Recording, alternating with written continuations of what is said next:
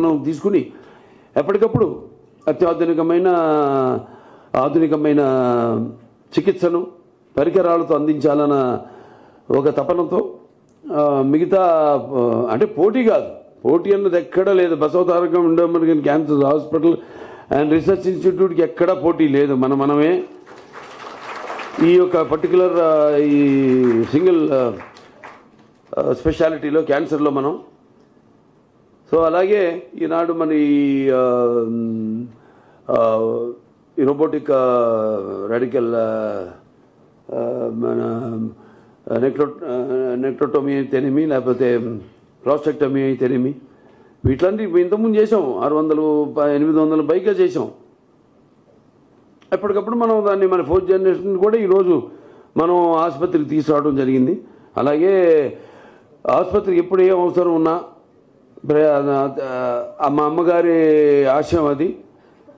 ప్రతి పేదవాడికి కూడా అత్యాధునికమైన ఈ యొక్క చికిత్స, ఆధునికమైన ప్రపంచ పరిణామాలకు తగ్గట్టుగా, ప్రమాణాలకు తగ్గట్టుగా మన వైద్య సేవను అందించాలి, అతి తక్కువ ఖర్చుతో అని ఇలా చేసుకుంటూ పెడుతున్నాం.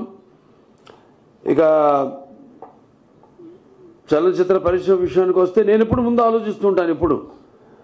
అందుకే ఇవాళ నేను ఎవరితో అయినా ఒక సమిష్టి కృషి అంటాను. వాళ్ళ ఆసుపత్రి వాళ్ళ ఎంత బాగా నడుస్తుందంటే మనందరి సమిష్టి కృషి, సహచార బోర్డు మెంబర్స్ అయితేనేమి, డాక్టర్స్ అయితేనేమి, లేకపోతే నాన్ మెడికల్, పారామెడికల్, అలాగే నర్సింగ్ స్టాఫ్ అయితేనేమి, అందరి యొక్క సహకారాలతో, దాతలు అయితేనేమి, బ్యాంకర్స్ అయితేనేమి, లేకపోతే ప్రైవేట్ పరిశ్రమలు అయితేనేమి, సెక్టర్స్ అయితేనేమి, లేకపోతే ప్రభుత్వాలు అయితేనేమి, మన వారందరి సహాయ సహకారాలతో ఈనాడు ఈ ఆసుపత్రి ఈ స్థాయికి వచ్చింది. ఇంకా ముందుకు తీసుకెళ్తాం ఇంకా ఎంతో. ఎందుకంటే మనం ప్రతి చేసే నిస్వార్థంగా చేసే మన ఏదైతే ఇది నో ప్రాఫిట్ నో లాస్ చూసుకుంటే ప్రతి వాళ్ళు కూడా మన సేవలు గుర్తించి మనకి ఎంతో అండగా ఉంటున్నారు. వాళ్ళందరూ కూడా నా కృతజ్ఞతలు తెలియజేసుకుంటూ, మరి సినిమాల విషయం ఇది సినిమాకి ఇచ్చారు. సినిమాను కూడా అంటే కళ్ళు మూసుకుంటే కలిగేది కన్నా కళ్ళతో అభినయించేది కళ, నిద్రపోతున్నప్పుడు కనేది కళ, నిద్రపోతున్న సమాజాన్ని మేల్కొల్పేది కళ. దానికి నా రామారావు గారే ఒక నిదర్శనం. ఎందుకంటే అనేది ఎప్పుడు రుణం ఉంచుకునేవారు కాదు. అది రుణశేషమైన అగ్నిశేషమైన శత్రుశేషమైన అంటాం. అటువంటిది ఒక్కొక్క సినిమా ఒక్కొక్క పాత్రకి ఒక్కొక్క సందర్భం ఏదో ఒకటి నాకుగా నేను ఒక పాత్ర నుంచి పుట్టొచ్చు అంటాను. ఒక సినిమా లేదా ఒక పంచపక్ష పరమాన్నం వడ్డించిన ఫుల్ ప్లాటర్ కావచ్చు, లేకపోతే ఏదో ఇంకో సినిమా చూసి కావచ్చు, ఒక నవల చదివి కావచ్చు. సో అలా ఒక్కొక్క సందర్భం నాకు అన్నీ అలా కలిసి వచ్చింది కాకతాళీయంగా అని చెప్తుంటాను మీతో. ఇప్పుడు ఈ నీటి సమస్య గురించి తీసాం ఈ సినిమా. నేను ఒక హిందూపూర్ అటు అనంతపురం జిల్లా అంటే అటు తక్కువ వర్షపాతం ఉన్న రెండో ప్రాంతం ఆఫ్టర్ జైసాల్మేర్ రాజస్థాన్. దానికోసం ఎంతో పాపం హెచ్ఎన్ఎస్ఎస్ ద్వారా నీళ్ళు అందించడం హిందూపూర్కి పట్టణానికి డైరెక్ట్గా అక్కడ చెరువులన్నీ నింపడం అలా చేయడం. ఇది అలాగే ఒక నీటి సమస్య గురించి అన్నప్పుడు చాలా రీసెర్చ్ చేసాం. రీసెర్చ్ చేయకుండా ఇది సినిమా అనేది నా విషయంలో ఇప్పుడు 3 గాజెస్ ఉంది చైనాలో. వాళ్ళు కట్టి భూభ్రమణమే the rotation of the earth is slow down అన్నారు బై నాసా. ఒక 0.0 అది పరిగణకు చాలా తక్కువ అనుకోవచ్చు మీరు. ఇంకెన్నో జనరేషన్స్ ఉన్నాయి. అలాగే ఇప్పుడు బ్రహ్మపుత్ర మీద బ్రిడ్జ్ కట్టబోతుంది మళ్ళీ చైనా అన్నారు. అది ఒక్కసారి గేట్లు ఎత్తేసారంటే it's going to be a water bomb. And Kalam garu మన దీనికి కూడా ఇచ్చారు ఒకసారి కాన్ఫరెన్స్, మన ఆసుపత్రి కాన్ఫరెన్స్కి. ఆయన అన్నారు in the future in even he said that in future there won't be any war head bombs, surgical strikes ఉండవు. It is going to be water wars అన్నారు ఆయన ఫ్యూచర్లో. దాన్ని బేస్ చేసుకుని మేము ఇంత రీసెర్చ్ చేసి ఒక అభినవ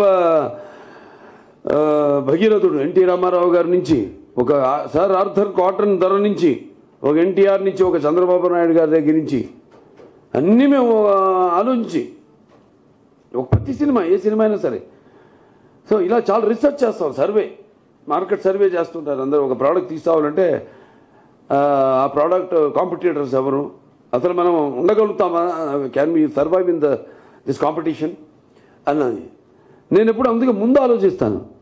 అంటే ముందు we are like everyday essential commodity, నిత్యావసర వస్తువును. సో దానికి ముందే, వాళ్ళు ఊహించిన దానికి ముందే ఆ ప్రోడక్ట్ని తీసుకొచ్చేసి ఫ్యూచర్ రాబోయే ప్రోడక్ట్ని ఇచ్చేస్తాం ముందే. అది నేను ఫాలో అయ్యేది. దానికి మా నాన్నగారు రామారావు గారే నాకు స్ఫూర్తి. అలాగే ఆసుపత్రి కూడా ప్రతిదీ ఏ విషయంలో అయినా అందరం కూర్చొని ముందే ఆలోచించుకుని ఎలా మనం ప్రజల కోరికలను మనం తీర్చాలి, వాళ్ళ ఏ విధంగా ఆశిస్తున్నారో వాళ్ళని ఆశించిన దానికి ధీటుగా మనం నిలబడాలి అన్నది.